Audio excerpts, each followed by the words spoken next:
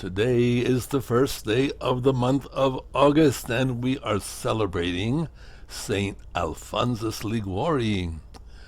Who was this great Alphonsus Liguori? Oh, let me tell you.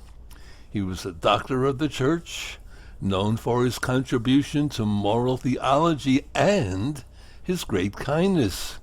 He was born in 1696 in Napoli, in Naples, to a well-respected family and was the oldest of 7 children.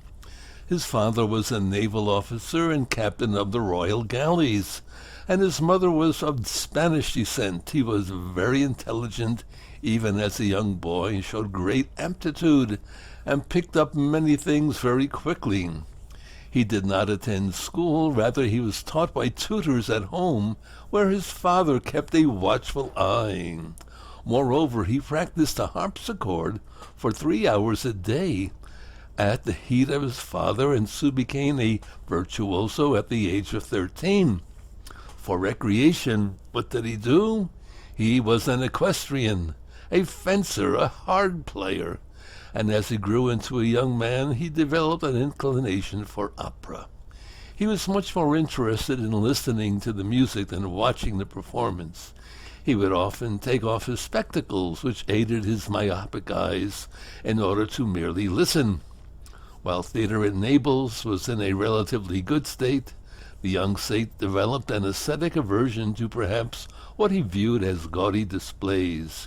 He had strongly refused participation in parlor play.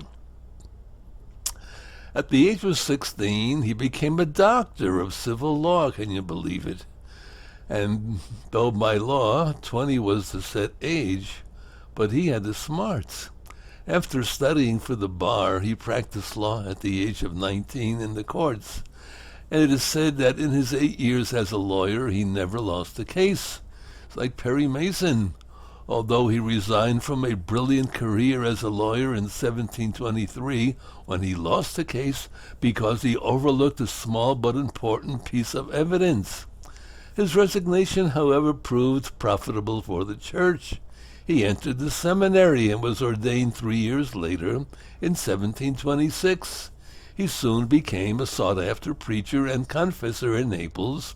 His sermons were simple and well organized, and they appealed to all people, both learned and unlearned. However, his time as a diocesan priest was short. In 1732, he went to La Scala and founded the Redemptorists, a preaching order.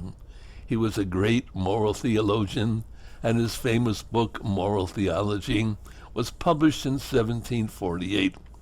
30 years later, he was appointed bishop and retired in 1775. He died just over 10 years later in 1787 and was canonized in 1839. Pretty good, huh? God bless him. St. Alphonsus. Remember him. Instead of an iPhone, you have an Alphone. He's a saint. God bless you.